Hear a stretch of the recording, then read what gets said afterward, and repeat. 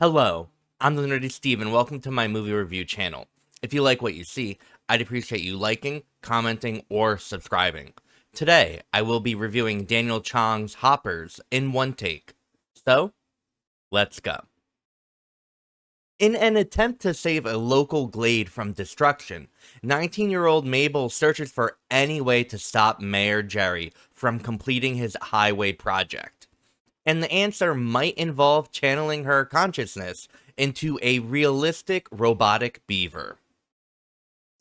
I knew nothing about Hoppers besides that it was a Pixar movie, and I actually haven't been keeping up with them as much as I'd like.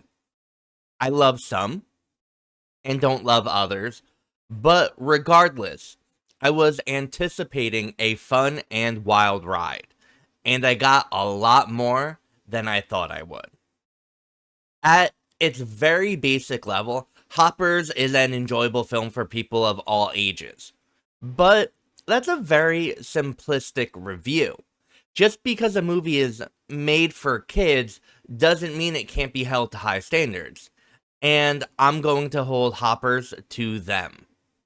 My first, not complaint, but observation, is that you have to suspend your disbelief a lot in this film. Not just how the science works, but also how all the animals communicate and interact. You just have to accept how this works without questioning any of the logic or practicality behind it. Fine. But then there's Mabel's relationships with her professor, the mayor, and the glade itself.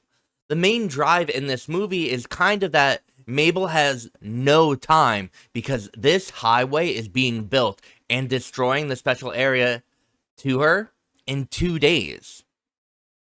What has she done up to this point? For instance, this idea of doing a petition comes up. She didn't think of doing one maybe any time prior? It was just a bizarre choice. The film is kind of filled with decisions like this. Not moments where you have to suspend your disbelief, but moments where you have to squint a little for things to make sense. My larger criticism of the film is that the more emotional moments of Hoppers just didn't work for me. I found them sad, but felt what should have been a gut punch rang a little hollow. I think part of this is because we see Mabel at a very specific point in her life. We don't see all her failures and difficulties that lead up to the events of the film. We see some. And that's enough to just open the door, but I wanted it to be wide open. Mabel struggles with her sense of self and identity, and this is tied so closely to her empathy, but we don't have enough support for this internal crisis. Her arc and realizations about herself had much more potential if maybe she interacted with humans a little bit more.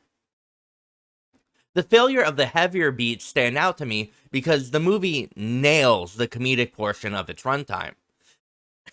The film is filled with absolutely absurd sequences that are as surprising as they are sometimes shocking. There's a moment here where I laughed a little too hard. There are tons of animal puns and visual gags. It just has everything. And it all flies by very quickly. A common criticism I have in movies is that they're too long. But not this one. It flows so beautifully and might be one of the best paced films I've seen in a long time. Overall, I really enjoyed Hoppers. I thought it was a nice, tight, and enjoyable experience. The emotional moments didn't land for me as well as I would have liked, but I found it touching nonetheless. However, it's an absolute hilarious movie that flies by. I don't think it's one of my favorite Pixar movies. That goes to Up. But I think it's a really darn good one. I highly recommend it. I'm TheNerdySteve, and thank you so much for watching. And as always, like and subscribe and comment below to tell me how right or wrong you think I am. Have a wonderful morning, evening, or afternoon, wherever you are. Bye.